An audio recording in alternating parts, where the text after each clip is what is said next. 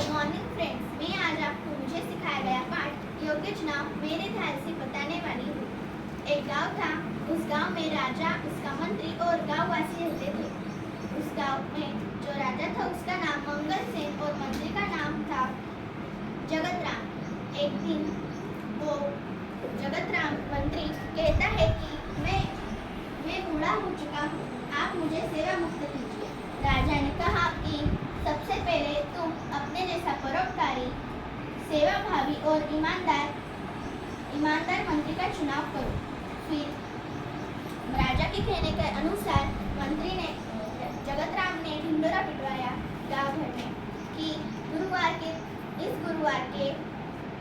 गुरुवार को 11 बजे मंत्री बनने का चुनाव होने वाला है, सब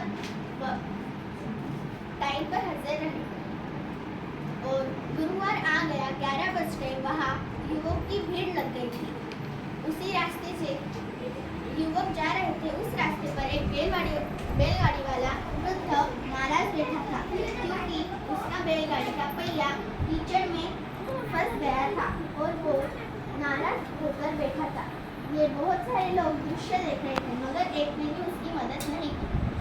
और फिर एक कर्मवीर नाम का लड़का था, उसको भी मंत्री बनना था, मगर वो उस रास्ते से जा रहा था और उसने भी ये दृश्य देखा और वो राज्य में जाने की चिंता छोड़कर वो कीचड़ में उतरा और उस बैलगाड़ी को जोर लगाकर निकालने लगा और पहिया जोर लगाकर निकालने की कोशिश की और वो पहिया निकाला और वो भागते और दौड़ते राज्य में गया और वहाँ हाँफ रहा था।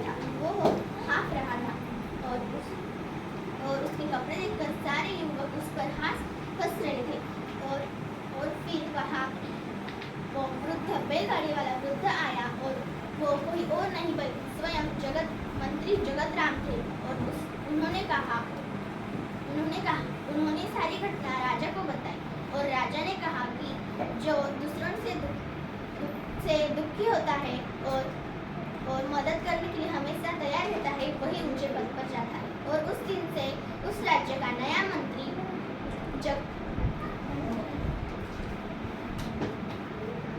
कर्मवीर था। धन्यवाद।